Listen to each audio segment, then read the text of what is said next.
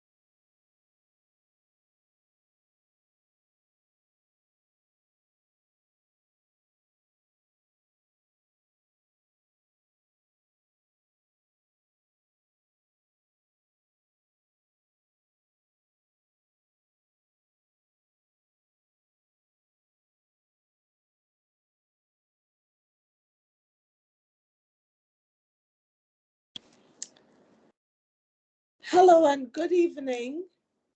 Welcome to Stratcomm Africa, Lockdown to Unlock.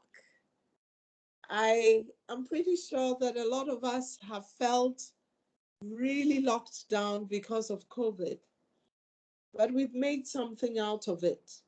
And that is what, as women, we're going to share today. I'm delighted to have on the panel today amazing woman, Perline Budu, General Manager, Global. Hi, Perline. Give us a wave. Thank you so much for joining. Dr. Gifty Kwashi Ingisa, Medical Director, Midway Clinic. And before each of them speak, they will tell us just a little about themselves. Victoria Setre Abankwa is an industrial psychologist and creative consultant. Delighted to have you on this panel. Welcome. And we have engineer Mrs. Carlien Bo Tadid, President, Federation of African Engineering Organizations. Wow, a woman engineer, that's unusual.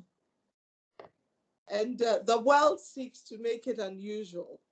Those are some of the things that we want to lock ourselves out of, unlock ourselves from. And that is why we're having this discussion. A lot of us have felt constrained during this COVID period. we have felt like we are not able to do all the things that we want to do. For us as women, that is very common. That is usual, because there are things that we want to do all the time, but feel locked down by the world and therefore unable to do them. So today we are going to try and discuss the mechanisms that we as women use to get out of these kinds of situations, so that we can work with each other, support each other to ensure that we have a fully female-led world going forward. So welcome everybody. And I am just going to be a facilitator and learn and soak as much as I can from these amazing women.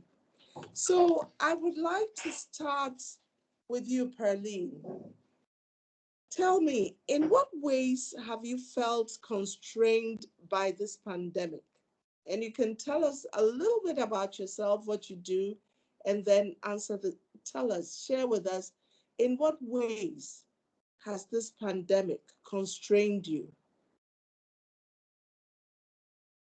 Thank you very much. It's an absolute pleasure and honor to be with you this evening or late afternoon.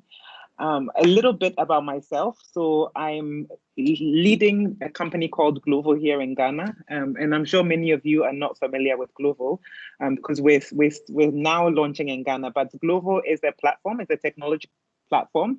And what we do is we connect users with different services. And so the concept behind it is that we want to give everybody in the city access to anything they want.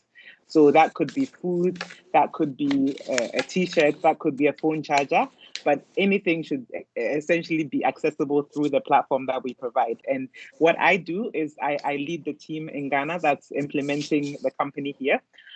I do have a background in technology, and I'm not really a developer myself, but I'm more involved in the business operations and business management of tech companies. And that's what I've been doing for the past almost 10 years now. And I find myself in a position where I think the pandemic itself has had a unique impact on me, because I tend to be somebody who looks at the positive in every situation. And so, even at the beginning of the pandemic, when we didn't realize the magnitude of the impact of the pandemic in itself, when people were kind of skeptical, were a bit confused, were very measured in their movements, I was still very much, I would say, liberated, and I feel I didn't imagine the kind of impact that COVID was going to have on our lives. But I was very much celebratory in the actions that I was taking. So, for instance, I quit a very successful job right at the height of the pandemic, and many people around me were questioning, what are you doing? What are you thinking? You do not have a plan in place, and companies are cutting back. Companies are reducing their staff force. Companies are cutting back on their expenditure, and this is really not the time to take such a risk.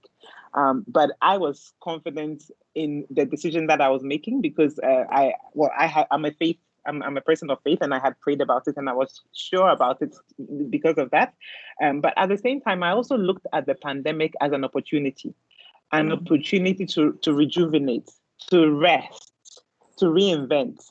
And those are the things that I really focused on during the pandemic. And I can go into more detail later. I don't want to take away too much time from the other panelists as well, but those are the things that I focused on during the pandemic. And that's what's led me to where I am at this moment in time.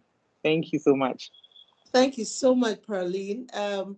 Clearly, Perline didn't allow herself to be constrained by the pandemic.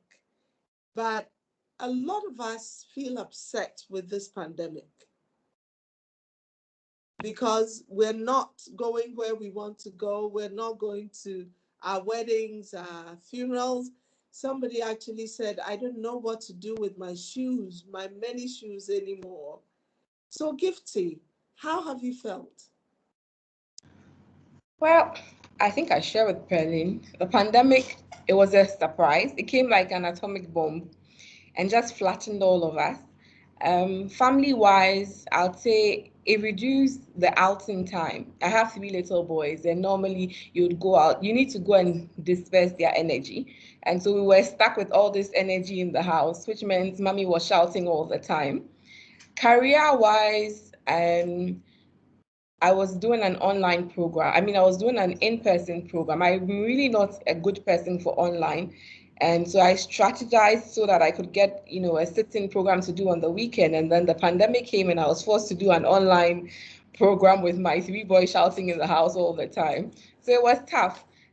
Business-wise, it was hard because we went from March to April, you were doing like less than half of your revenues, and then you had to pay your staff, and then you had to decide, do I need to let some go? And because we are in the health sector, then you also have to look at protecting your staff, making sure you have enough PPEs and all of that. And I'll say that the positive that came out of it was I got to spend more time with my family. Instead of just going out, you got to speak with your kids more, got to engage with them more, get to know each of them on an individual basis, because all we had was ourselves at home. My husband is also equally busy, so we got more time to spend with ourselves. So there was some positive coming out of the pandemic. Yeah. Thank you very much. So what do you do? Yeah, so my name is Dr. Gifsi Kwashingeza. I'm an obstetrician and gynecologist, and I'm the medical director at Midway Now Hospital. So we're a 40-year-old private facility that's been running obs and gynae for 40 years, and now we do more than 10 other specialties as well. And we are located right here in Achimota, so you can come and visit us one of the days. And we are currently doing hemodialysis as well. So we offer hemodialysis services currently. Thank you very much. So here we have two women. One of them actually quit a job during the pandemic and is introducing into Ghana a company with innovative offerings in the midst of a pandemic. And we have a doctor who is running an amazing clinic.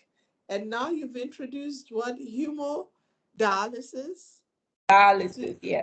I mean, you these women, we'll find out the secret as we go on.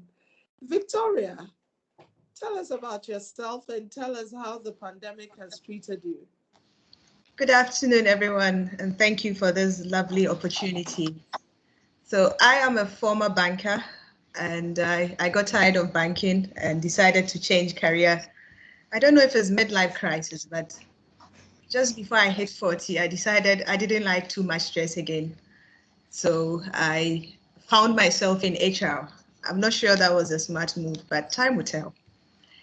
And I also am a chief storyteller. So I found a way to combine my passion for telling stories, and I have a penchant for encouraging and inspiring. So I'm trying to bring that together. And that's where the creative consulting bit comes in.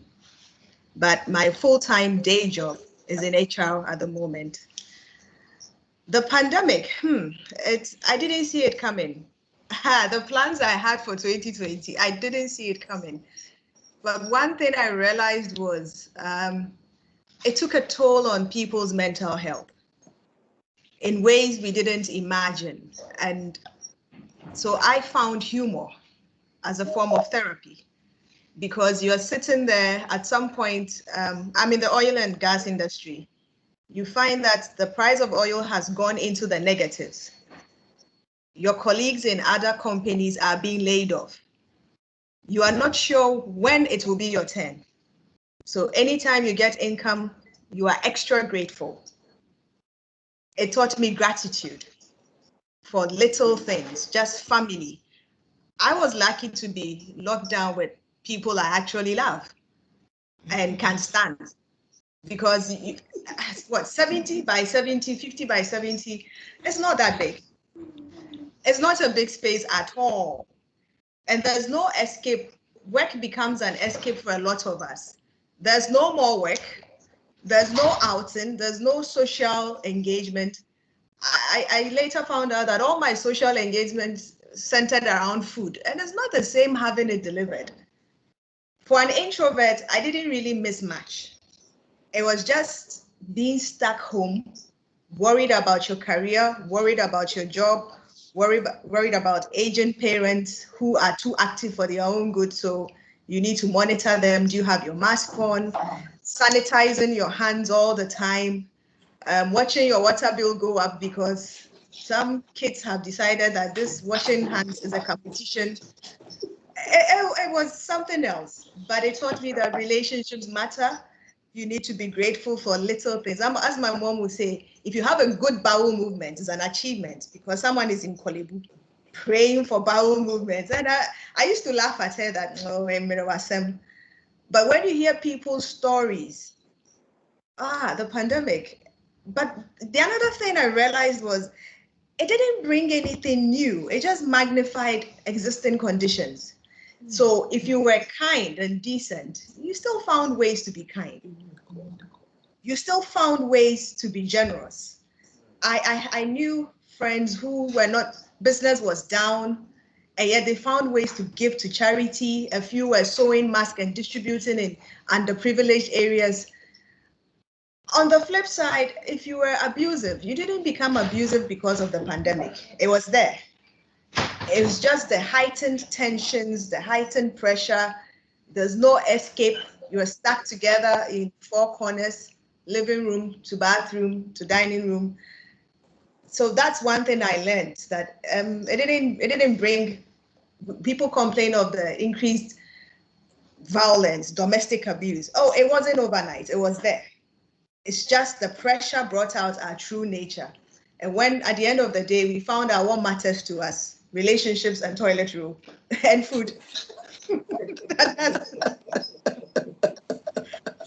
that's the kind of people we are. So that's what the pandemic taught me to.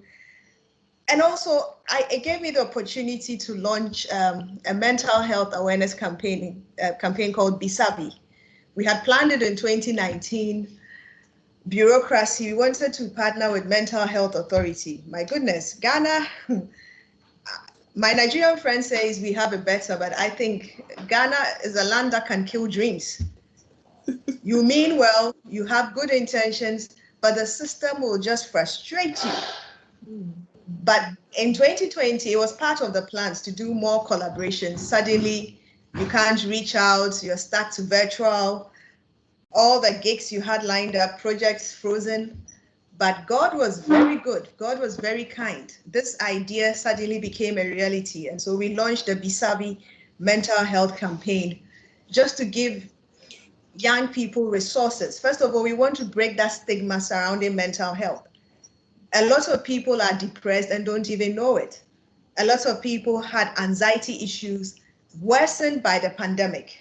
Uncertainty makes it worse. Stress makes it worse. And they think they are bad people or they think they are not normal. No, you just haven't had treatment. You just need counseling. You just need to know that you're okay. It's just a little condition. And so we need to break that stigma and provide resources. And we were able to do that virtually. I had an amazing network of people I discovered during this pandemic. And that is how I survived. Thank you. Thank you very much. Colin, what has this pandemic done? Has it locked you down? Oh, I think that I can identify with Perline when she says she's an optimist. I'm also an eternal optimist. And so let me just maybe introduce myself a bit. I'm a structural engineer. I've worked with the AESL before as a consultant. And then I also worked with the Ghana Institution of Engineering as the executive secretary. And after that, I was working on my own as an individual consultant. I was the past president, 2017 to 2018, of the Institution of Engineering. And I'm now currently, like you said, the president of the Federation of African Engineering Organizations. Now, for me, the lockdown, it was completely unexpected. I had so many plans. I'd started some renovation work in the house and so on. And then all of a sudden, there was this lockdown announced. Fortunately, it wasn't, I was doing things like ripping out bathrooms and toilets and so on. So fortunately, I hadn't yet ripped out all the bathrooms and toilets, so I still had access to a place of convenience and so on. But everything came to a stop all of a sudden. And for me, being an eternal optimist, I said, okay, now this is my chance to rest. And I was alone. I didn't have family or anybody with me in the house. So in fact, I look back to those days and wish they would come again. I had a lot of rest. I read books and it's a long time since I had a chance to read novels and so on. I had a couple of books written by friends. I read books, I watched movies, and I had an excuse to not do any work. So that was good.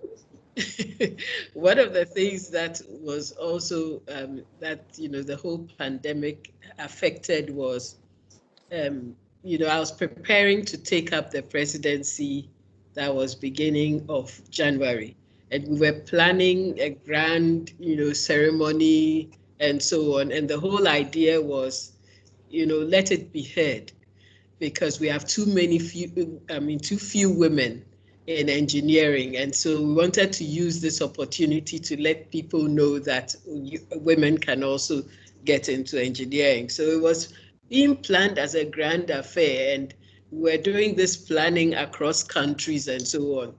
And just before the time of, when we were to start issuing letters and so on for visas and so on, that's when we saw that, the numbers were rising again. And I looked at the numbers and I said, no, I don't want to be responsible for anybody getting ill and getting COVID and so on. But everybody else was so insistent that we should still have a live event. Then it came down to us having, but I was all the time planning for a virtual event in case of any eventuality. And it came down to, okay, no other, but we should still have a live event in Ghana. And that's what all the other countries felt, that we should still, they thought it wasn't possible to, create an impact if you didn't have people together for a live ceremony. But in the end, at the very last minute, I believe the doctors issued a letter, and then all my colleagues came round to my way of thinking, said, oh, you are right, maybe we should do it virtual. I said, good, so this is the way we are going to do it. We have everything pre-recorded, you have this. In the end, we did it in a studio, and I said, how do people hear of an event? Most of the time, they may not even be at that event. They hear of it from the newspaper reports, from so on. So we make sure that those reports go out. So we had the event, it was virtual, we had so many countries joining in, and then we got the news out, and it created exactly the kind of impact that they wanted it to create. So that was it. And for me, the whole pandemic has also been a blessing in disguise. Previous presidents would have had to be traveling all over the world, and not just in Africa, because you have meetings that would be in other countries and so on. You are representing Africa at the World Federation of Engineering Organizations level. And for some funny reason, even though it's an engineering organization and these are all engineering organizations, they were always making very little use of technology. Very, very little use of technology. So you always had to fly over and be present, which made everything very expensive. So the pandemic came to me as a blessing in disguise. It suddenly made everybody realize that you don't actually need to fly over to be able to have a meeting and be effective. And people found that they had surplus in their budgets, which is what we had a budget for doing some work in the secretariat at the Federation. And we had a surplus because people were not going to have able to fly around, which we are able to now apply to equipment and so on to be able to do our virtual meetings. So for me, it really has been like a blessing in disguise. I've been able to do much more even within this very short time since I became president. We've been able to have so many meetings across countries, and things are becoming, in fact, the whole of Africa is becoming a smaller place. We are able to relate to each other better because we are in touch with each other all the time. And I believe that it would really help my presidency to be able to achieve things on the very slim budget that we have. So lockdown hasn't been bad for me, and but it's actually made things very, very, very busy. That's the only downside. I mean, this past week, each day I have about 4 meetings, and they are not all with, Ghana time. So some of them start in the night, and so that's the disadvantage. But it's all good. I think Thank we you. can Thank get you around. very much. Listening to all you amazing women, I'm hearing that even though things have been locked down, you have unlocked different things: rest, rejuvenation, mental health, education, new jobs, engineers now applying technology in ways that they were not applying before, like applying them before and all that. But then what also strikes me, looking through some of the things that you said, is the fact that a number of the things that you describe seem to be things that women go through all the time. It was unexpected. Oh, the pregnancy was unexpected. Oh, I found out that this has happened. It hit me like a thunderbolt. I didn't know what to do. I had too much to do at a certain point, and I had to get all of them done. So what I'm seeing, what I'm hearing is that even though we've been locked down as a people, and out of that, we've been able to come up with different things. As women, we are locked down in different ways all the time.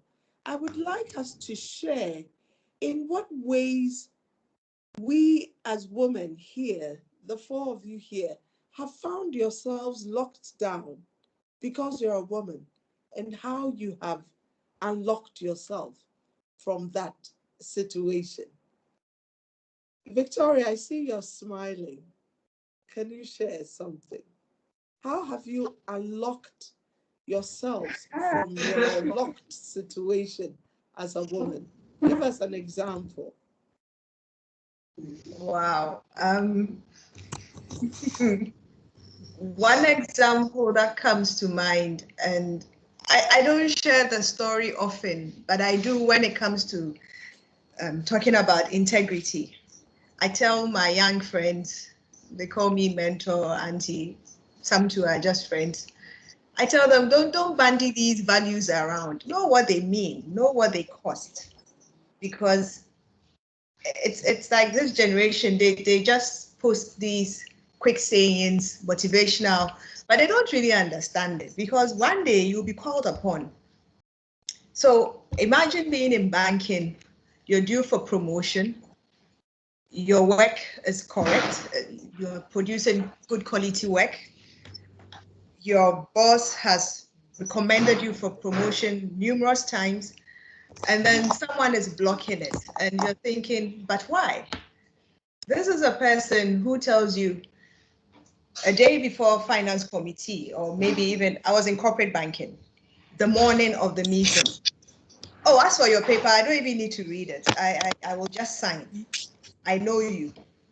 And I'm thinking, this is a $15 million paper. Can you at least read through? Oh, no, I know you. You won't sign anything that will take you to jail. So I'm good. Just tell me the main point. I give the main point, he signs and he goes. So you know the caliber of work. Why is my promotion delaying? And you know how Ghanaians will drop hints and innuendos.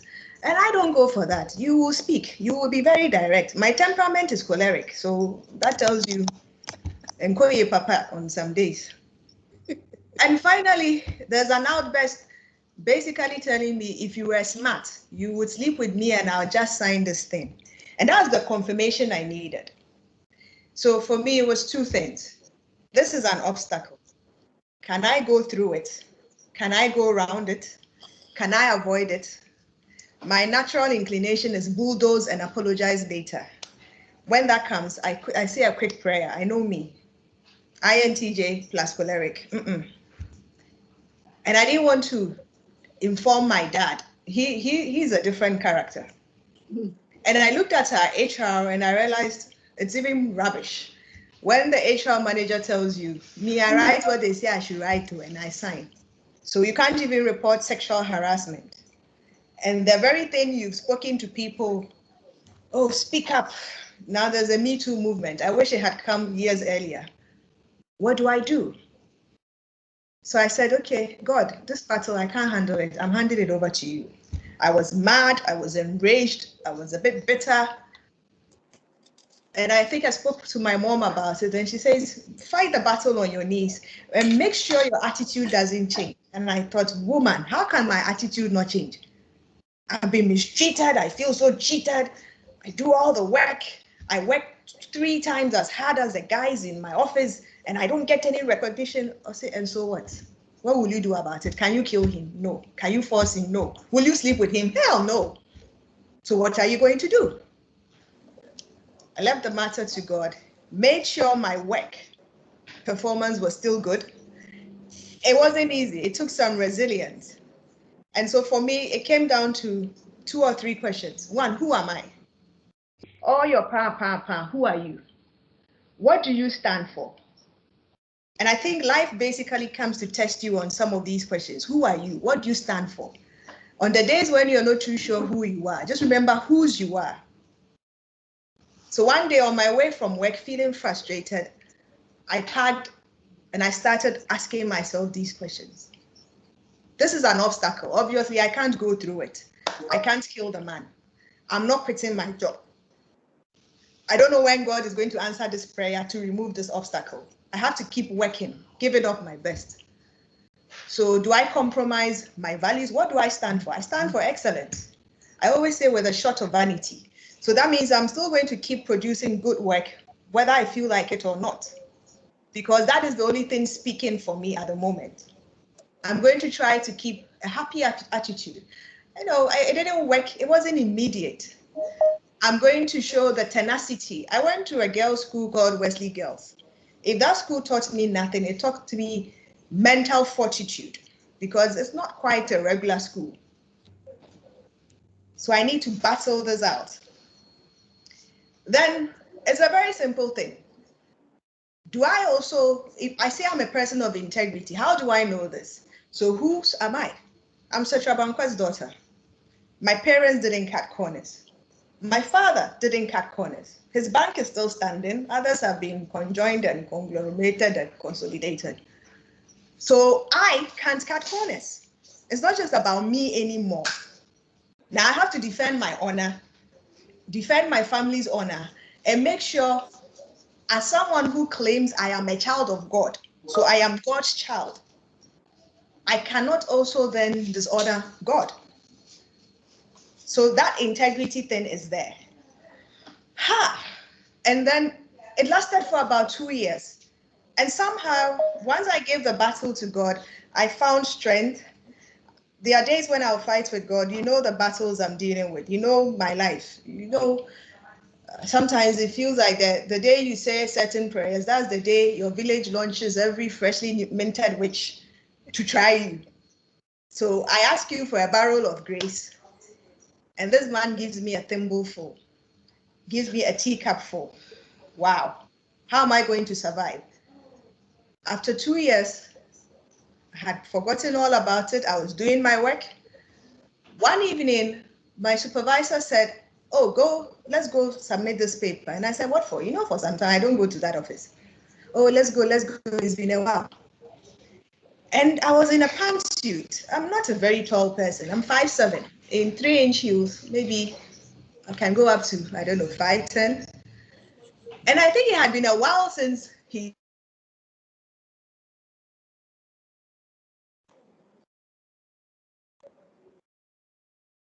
saw me. So he goes like, hey, hey, you this girl.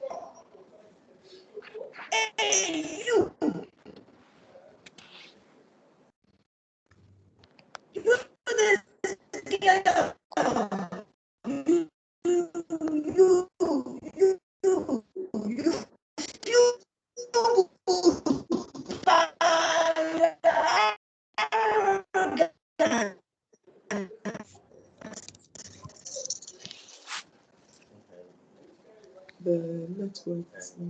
Still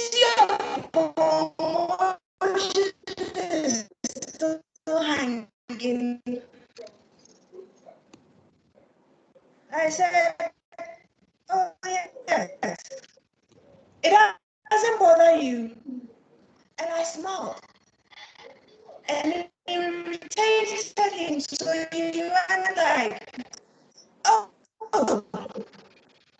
even bigger women, taller women, heavy women, mentioned a few people, married women, he's got them, and look at you. And I said, I know, Chief, as I said, even now at 41, I'm UK size 12.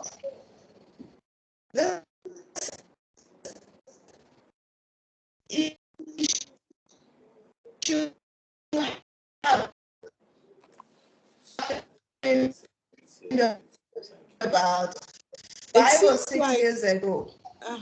So I was about a UK 10. I'm not a huge person. And yet this man was so crazy. And he talked and said, yes, so I don't feel obligated to speak with anyone to keep this job. That's the whole issue. I have come to the conclusion that so at the right time,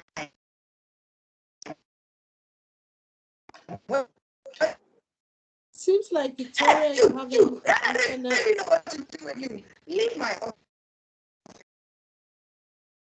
Seems like Victoria is having internet challenges.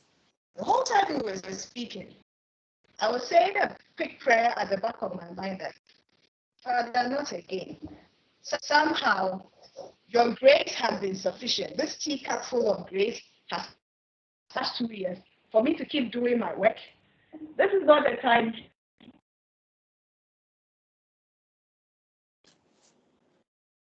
Victoria, your internet, but I get the message. What I'm hearing Victoria say is that in a time when she was being locked down. I did get my promotion, but looking back, if you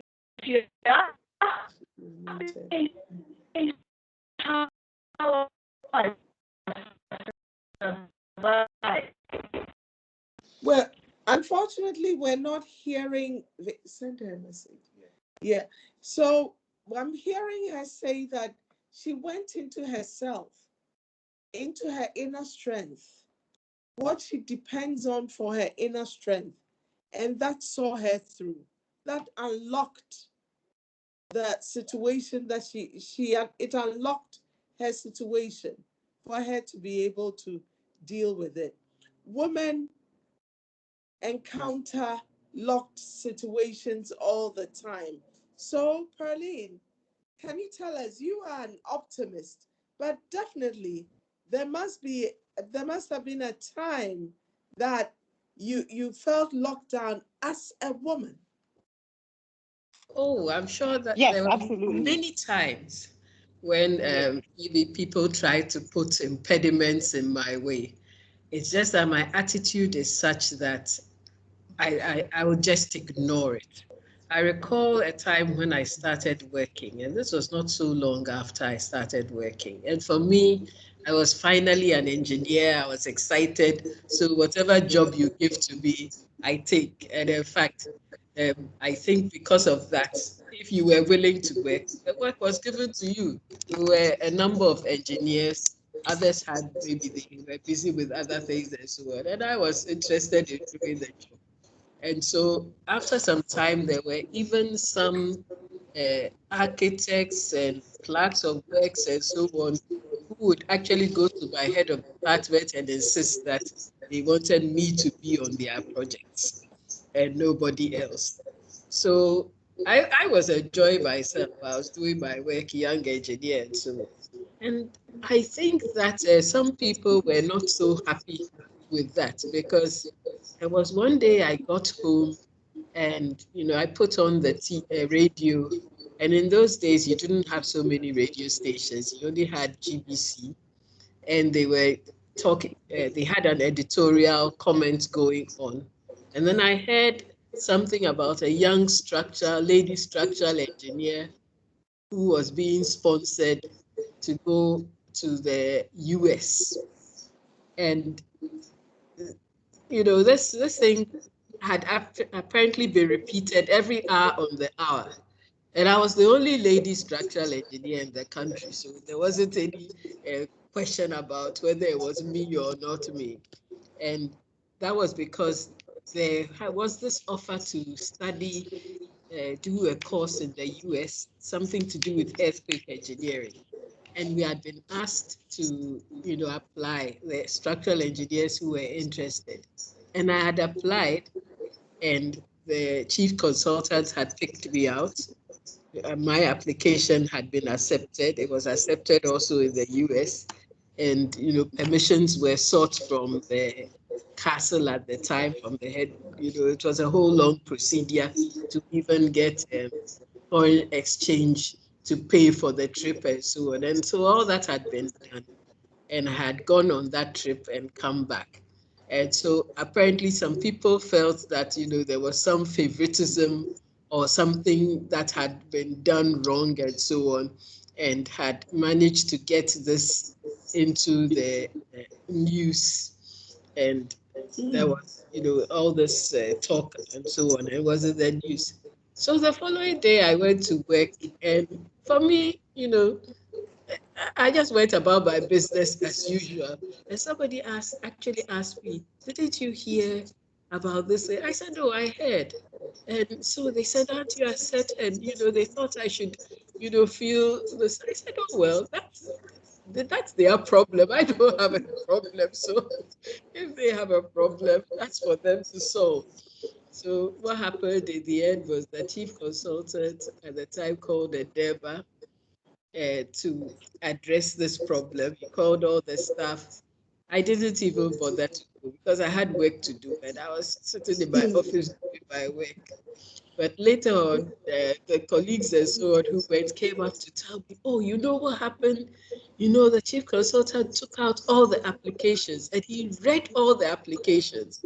And it was so obvious that you are the one who should have been chosen. And after he did that, everybody kept quiet. And that was the end. Nobody said that was the end of that whole story and so on. So, yes, I've had many situations like that. I studied in the UK as well. I did my engineering there. There were times when you give a call, like when I needed accommodation, I call a place, I'll be given addresses, you call, you speak, they tell you it's available. As soon as you appear on the doorstep, they tell you it's taken, because they didn't expect to see a black face there.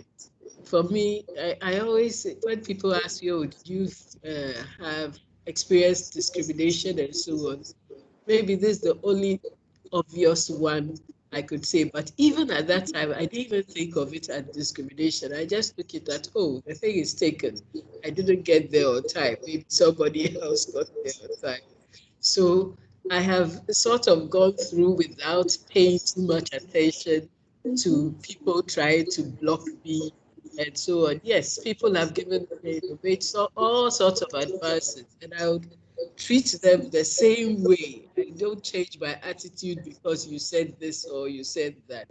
So I think that the advice that was it Perline's mother gave to her was, no, not Perline, this thing. But the advice that her mother gave to her, I believe for me, it has worked. Nobody told me that, but that's just the way I treat people. So I know that right now there are a whole lot of people who think they have special favor with me. They don't know I treat everybody the same way, everybody the same way. If I was nice to you, I'll always be nice to you.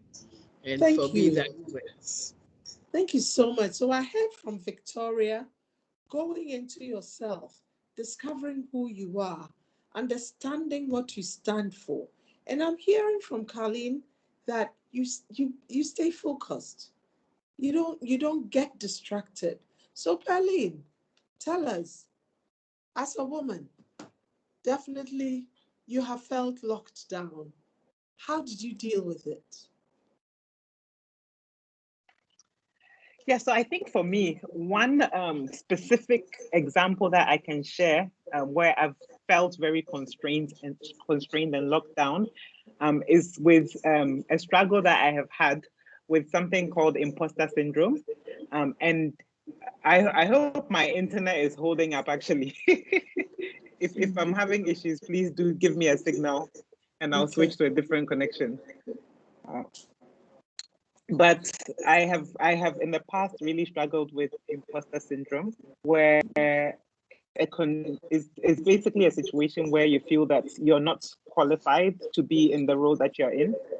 It can also affect people who are high performing individuals, where they feel that their work may not be as good as some of their colleagues. And it's something that I struggled with for some time. And I personally found ways to overcome it. One of the signals of imposter syndrome is that you kind of want to keep people at an arm's length. You don't want them to get too close because you feel like once they get close, they'll discover, your secrets that actually you're not as smart or, as put together as it may seem. And so that's one of the key indicators of imposter syndrome. But I found out that I had this quite early on in my career, because one of the early things that I discovered was that I had applied for a role, and as a part of the application process, I was actually made an offer for a role that was several grades more senior than what I had actually put in my application for. So I called the manager and said, I'm not sure if you've made a mistake or there's some kind of, administrative error. I just want to discuss and understand why this has been done. And she said to me, Helen, I think you're underestimating your own abilities.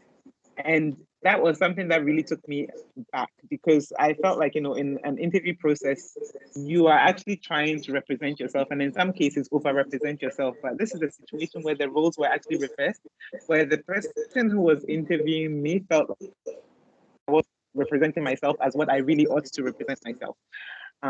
Having realized that this is what I was dealing with, I actually found out 3 different strategies on how I could overcome that. And the first one was to go through an internal process. That's controlling my own thoughts, eliminating any negative thoughts, and allowing them to kind of be controlled before they overflow through my mind and translate into actions. And the second strategy that I used was an external strategy. That's looking at the things on the outside of myself that I can control. So physically positioning myself for success, making sure I'm talking to the right people, make sure that I'm also enhancing my external presence, including physical exercise, different positions that can actually help me to build up my strength on the outside and will internally also strengthen me. And then the third thing I did was community, really reaching out to various individuals in my community and in my circles that I felt like would provide positive encouragement and reinforcement, and then also help me to focus and enhance even more the strengths that I already have, and build on the areas that I felt like were weaknesses or areas that I felt like could be better developed. So that's what I did personally to overcome that. And I think it's something that many women actually deal with on a day-to-day basis. Thank you so much. So we see that we use internal mechanisms and understand our context and leverage what we can from the context as well. Thank you so much. This theme is running through everything that we're hearing this evening. So, Gifty, tell us a quick example of how, as a woman, you have felt locked down and you have unlocked. or are unlocking? Yes, I think that before I answer that, I must say that um, I grew up in a background of, I really never felt that being a woman made a difference to how I performed. I think my dad did a great job of making you was never a competition between you and somebody. It was always about being the best form of yourself. And so growing up from primary school to secondary school, to university, you never felt like I have to outperform a boy because there will be that other girl who's doing very well. Remember in medical school, it was not a competition for the boys, it was the girls competing for who was the best. But when you finish school and I started working, one thing that struck me a lot and made me realize that no, being a female was different was that in Ghana here, the sociocultural perspective is when people come to hospital, when they see a female, it's a nurse. And when they see a male, it's a doctor.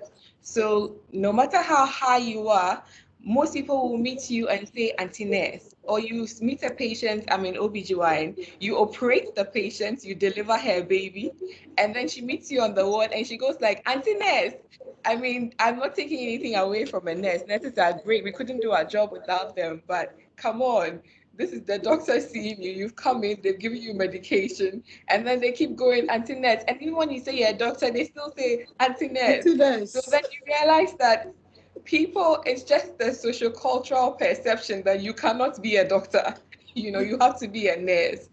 And initially, I mean, for me, I just found it weird that, okay, some people, some of my colleagues tend to get upset about it and all. Even in private now, I have in our facility, all our permanent medical officers are female. And so one of my colleagues may see a doctor, a female doctor. The patient is referred to come and see me. They see me and then they go like, Mami nurse no or Mami Edu. And I'm like, you mean the doctor who saw you? They're like, Mami nurse no. So I realized it runs across. It's not just about the person not wanting or being not being nice to you, but that's just a social cultural perspective. And so how did I overcome that? At the end of the day, I realized that when people come to hospital, whether it's a nurse who sees them or it's a doctor who sees them, all they are concerned about is, am I better? And so it's not really who saw them, because they may see a male and they will still go and complain and say, and no, mom, he gave me this medicine and this medicine and it's still not better. And so even if you believe that, I'm not a doctor, I will give you the care and boutique it to such a point that you will come and say, hey, when you go to that facility, that doctor, oh my God, that nurse, whoever you want it to be, you will get what you need and the healthcare that you were expecting to achieve. So it made you want to be a better version of the doctor that you purport to be, because you must be the best that you can be, so that people come and there's no doubt that, yes, this is the doctor I have come to meet. There's not going to be a doubt, and they'll look at you. Because aside from being female, I mean, one of the things I've been told is that I look very young. So some people come and they're even surprised you have kids, so you are married. So I said, okay, I'm going to start putting my family pictures in my wall. So I put a big picture of me and my husband there. And then I put my kids up, because how people perceive you has a big influence on whether it's not just about writing medication for people, but how they view the care you've given to them has a big impact on whether they're going to feel better. Sometimes it's not even about the medicine, it's just how you communicate with them. It makes them feel better about themselves, and then they feel well without that. And someone can go and they write the same drug, but just how you go about it makes a difference to the expectation the person had from you. So I'll say, yes, by that scenario, working and making a better version of yourself always makes you stand out, and it dispels all the thoughts people and myths people may have and prejudice people may have about you when they get to meet you. It's not about competing with anyone, but competing to become the best version of yourself. Thank you so much. So what I'm hearing is, come at the unlock your constraints, unlock your locked situation with excellence. Your environment needs excellence, and you have the excellence in you. Focus on what needs to be delivered. Understand who you are, understand the context, and unleash excellence on them. So as we move this to the final segment of this session that I do not want to end. I want us to just look quickly at, and I want to take questions, any questions or comments that have come in. But this year we're saying we're choosing to challenge, because it appears that the constraints won't go away. We're choosing to challenge so that we can lead.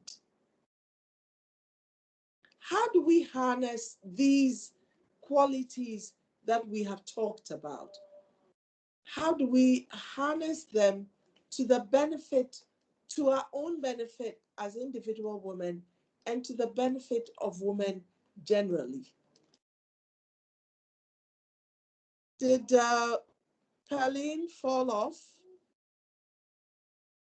Maybe Colin, Colin, you can take that. And then, oh, Victoria, you're back.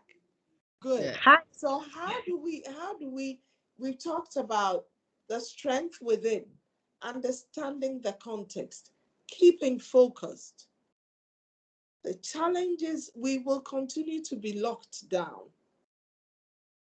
Because from what I'm hearing, the situations that all of us have been dealing with are from different situations, whether in an engineering context, in a hospital, at home, etc., etc.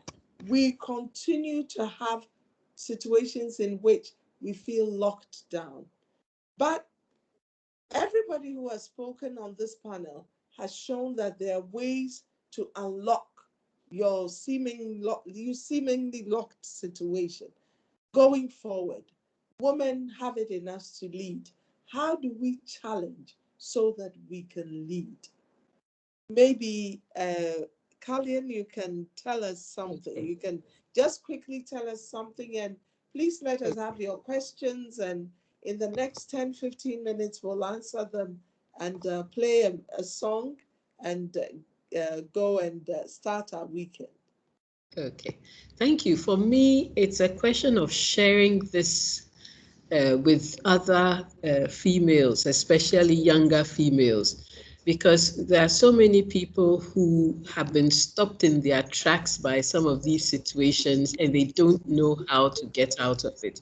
So I believe that for those of us who have been able to, come out of these situations and know what to do, we need to share, and we need to get younger females to be aware that, look, you don't need to let this stop you in your tracks. You need to stay focused, or this is how to handle this kind of situation. And for me, it's in my area, it's a question of mentoring. So we have a lot of women's groups, and we make sure that we go out to young girls in schools and so on and talk to them.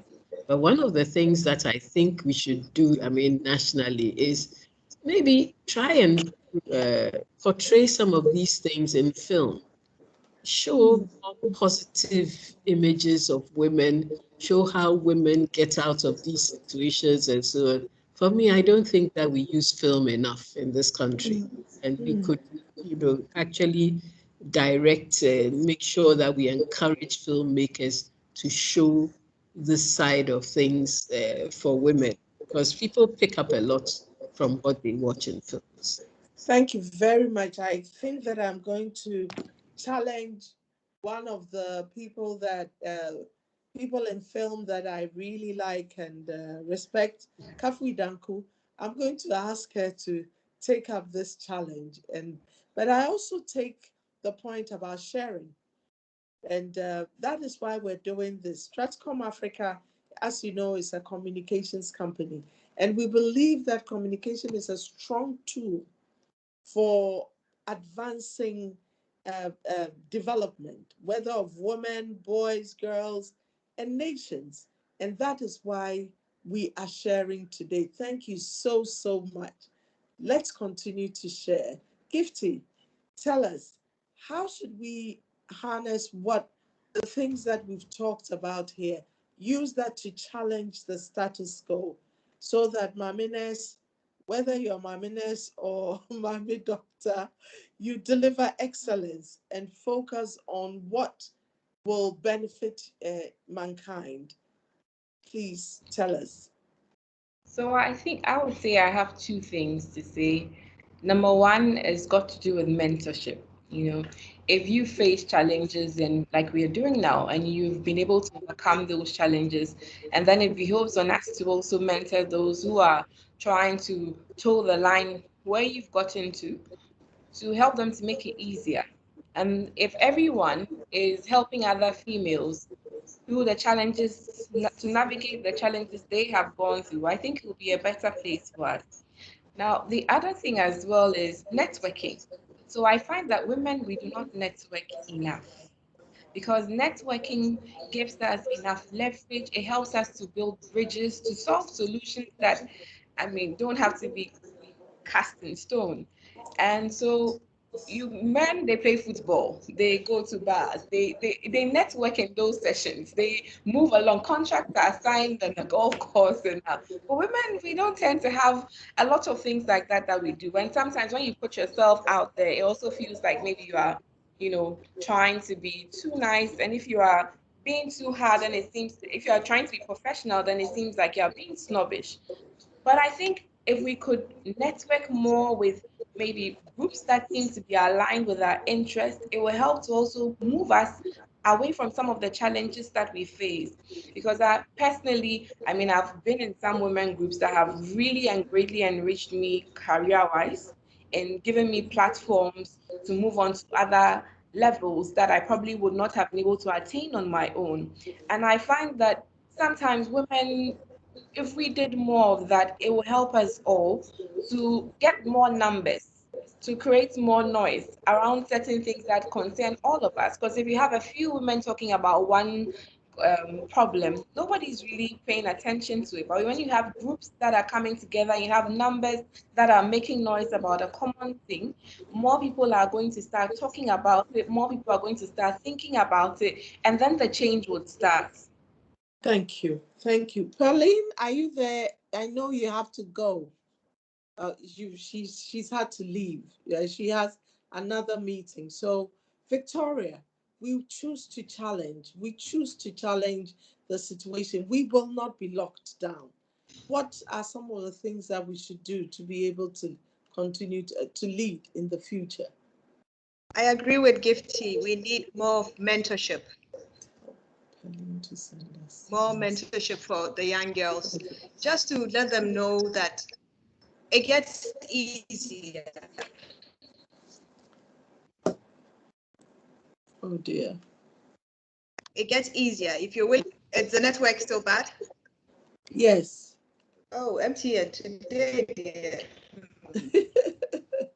So you were talking about mentorship, Is it better? right? Yes. Yes, please. Mentorship. Gone again. And I started grooming called It's Gone Again. Can you hear me? Yes, can we you hear can me? hear you. Yes. Yes, please. We can hear you. So I started this group mentoring call 2 years ago in 2018 because I realized there's a power in sharing your stories. And when you get together with the young girls and get a few older women, you say something and they go, "Oh, really? So, auntie, I'm normal? Really?" And that's what taught me the power in sharing your experiences. They learn so much. Yes, it's tasking because you need to tell your story, and some are still a bit raw and painful, but we need more of that to guide them. There's this quote by Rumi I love. It says, "When I was clever, yesterday I was clever, and so I wanted to change myself. Today I am wise, so I'm changing. I wanted to change the world. Today I am wise, and so I'm changing." So between mentorship and teaching them to be self-aware, know who they are, know what your values are, what you're willing to compromise against negotiable. You'll be called names, but you need to stand for something. So that's what I think we should do more of. Mentoring. Thank you. And developing the young girls. Thank you very, very much. What I'm hearing is we need to share, we need to mentor, and we also need to network. At the center of all these things is something called engagement. And the tool for that is communication. And that is why Stratcomm Africa is doing this. Stratcomm Africa has been a female-led organization for the past 27 years. And what we have sought to do is to pass on nurturing from women, building capacities and all that. This is one of the activities that a woman-led, a female-led organization is undertaking. The other one is called SHARE, Soaring Higher, Achieving Real Excellence. Because as women, we share information about where we got our clothes, where we got our shoes, where we got our hair done. We should be able to use the same mechanism to share, to strengthen each other. And through sharing, we build stronger networks. We are really happy that we've had this discussion today. Pearline had to leave, but she left this message. Thank you so much for the fantastic opportunity to share. We don't have enough of these types of events. Kudos to Stratcomm Africa for putting this together. So we did not, I think that you've all been so refreshing to everybody that they have not given us any questions to ask you. We have quite a number of people on. If I'm giving a few minutes, if people have questions, they should ask them. But what I'm hearing that we should go away with is that women are constrained in so many ways. We are locked down in many ways. However, we are able to go within ourselves to see the strength that we have to enable us to unlock our constraints. But we are able to do that even better because we also try to understand our context and leverage what is in our context to enable us unlock our situations. Then we stay focused.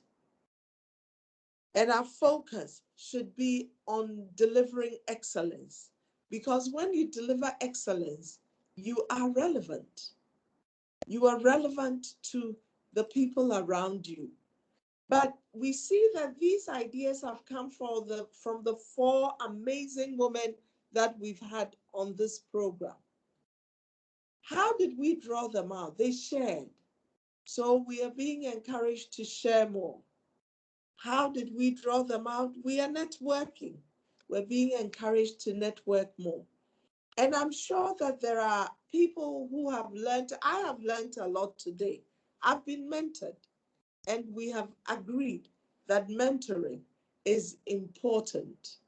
I'll check the chat box and see if I've seen. Thank you so much for the fantastic, thank you to all the panelists and to Stratcomm Africa. Very informative and eye-opening session. Yes, we need more of this. Coming up from Stratcomm Africa again will be a happy hour that focuses on how women nurture people in the context in which they find them. Thank you all very much. I'll give the panelists an opportunity to just give final words, quick final words. And I don't want to leave, but it looks like we have to leave. So, Victoria, a quick final word. Life is a process. It's not an event. And all the struggles and challenges help to build our character. They are not pleasant when you're going through it. But in the end, if you stay focused and you work on yourself, you come out better. And then you have an interesting story to share with the younger people. Thank you so much for this opportunity. Thank you so much. Kalia. Yes. Sorry, focus is important. And for me, If you stay focused, you'll achieve your dreams. Good to have dreams. It's good to stay focused. You will get there. Thank you. Thank you very much. Gifty, Mami So Ness. So Alan Rufus says that your inner strength is your outer foundation. So I think we should all work on building our inner strength, because if your inner strength is great, nothing can shake your outer foundation. Thank you very, very much. Somebody, Barbara has her hand up. Barbara. Barbara, I think she's muted. please unmute. Hello. Yes. Hi, good evening to you all. Good evening, Barbara. Yes, I'm sorry I've been off video for a while, but I still happen to be in town, so I'm just listening as I drive around. But as we're ending, I just wanted to say thank you for the opportunity to join.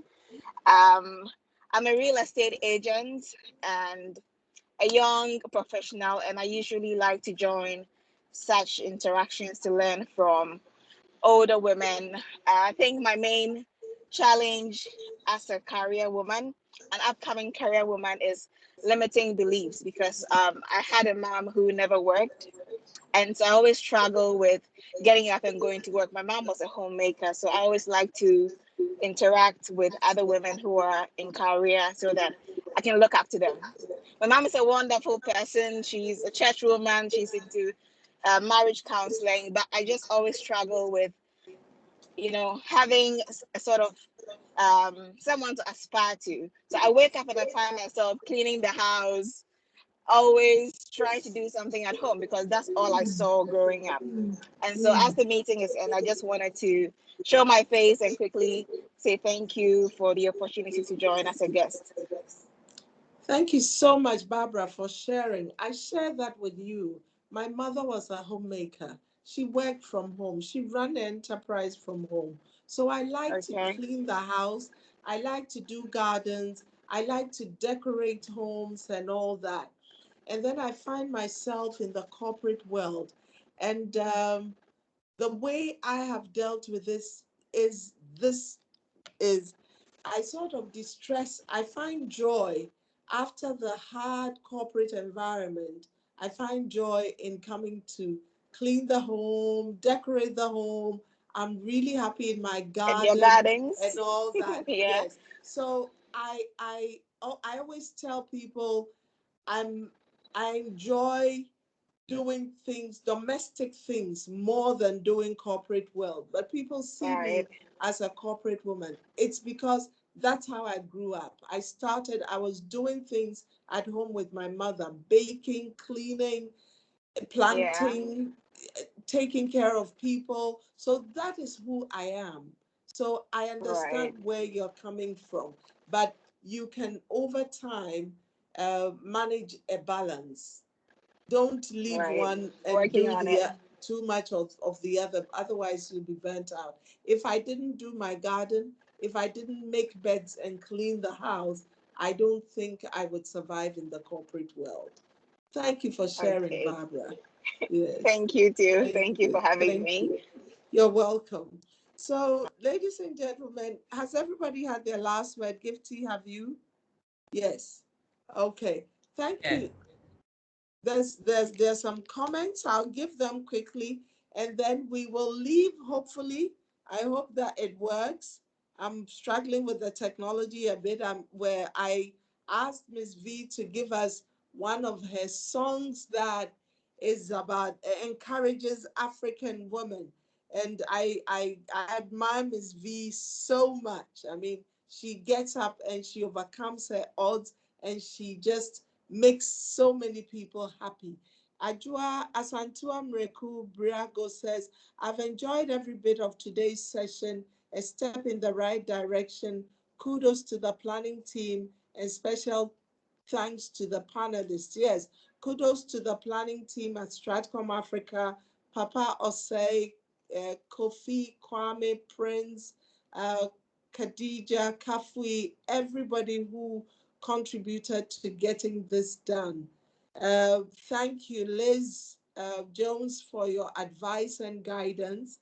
Lovely session. Thanks, Stratcomm Africa and all the panelists for the nuggets. And may God continue to bless all females, especially Wesley Girls High School old girls. I think there are 3 of us on this. That's why. But God bless all the women in Ghana and beyond. Thank you. Yvonne Amponsa says, thank you to all the panelists and to Stratcomm. Very informative and eye-opening session. Yes, we need more of these. Yes, that's what Stratcomm Africa does. We bring people together to engage. We work with you to use communication as a tool for a human advancement, as a tool for personal benefit. And you will be hearing more from us. Thank you so much for the fantastic opportunity to share. We don't have enough of these types of events. Kudos to Stratcomm Africa for putting this together. I think Gifty, somebody says, just go to the point, doctor. You're a mother of 3 boys. Thank you. So we will sign off here with the song from Ms. V.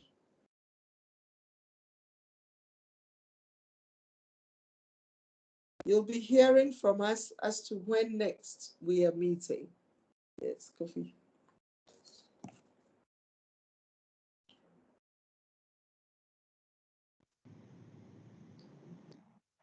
Why? 1, 2, 3 for the women who be hustling, chasing that paper. 1, 2, 3 for my jiggers. 1, 2, 3 for my divas. Why? Hey, 2, 3, 3, Ghana woman. If you love it, let me see you double fingers. Bad girl with the swagger, yeah, yeah. You're on the place, you're on things everywhere you should. You are the biggie boss, you never did even. You're on the place, you're on things everywhere you should. 1 time for the woman who be showing up. 2 times for the woman with the strong God. If you love Missy, put your hands up. Everywhere we go, we scatter. Hot girl with a weapon on her shoulder. If you see her smile, no be joke. She is strong, she will never back down. Everywhere we go, we scatter. African woman, you will fight. You will do, you will do. One African woman, you will fight. You will do, you will do. Oh yeah, you will do, you will do, you will do. African woman, you will do. Go on, do. Yeah. No be me who said it, no be me who talk up. If you look around, you can see who's stronger. Give you all we got, no retreat, no surrender. Yeah, no retreat, no surrender. No be me who said it, no be me who talk up. If you look around, you can see who's stronger. Give you all we got, no retreat, no surrender. Yeah, no retreat, no surrender. Yeah. Original bad girl. Me, I know they said to me, I get that word. Me, I get the bag, mama taught me well. So make you set and walk, watching me fly, me a bad girl. Calling on the kingdoms around the world. Say me a woman, be a better woman, any better woman, be a strong woman, dedicated woman, motivated woman, and a wise woman. It's a love woman. Say no be me, I said it, no be me, I talk up. If you look around, you will see who's better. Give you what you got, or retreat to surrender. Oh, no retreat to surrender. No be me, I talk, no be me, I said it. If you look around, you will see who's better. Give you what you got, or retreat to surrender. Oh, no retreat to surrender. 1 time for the woman who be showing up. 2 times for the woman with the strong heart. If you love this, put your hands up. Everywhere we go, we scatter. Hot girl with a weapon on her shoulder. If you see her smile, don't be joke. She is strong, she will never back down. Everywhere we go, we scatter. African woman, you will fight. You will do, you will do. One African woman, you will fight. You will do, you will do. What you got? You will do, you will do, you will do. African woman, you will do. Go on, do. Yeah.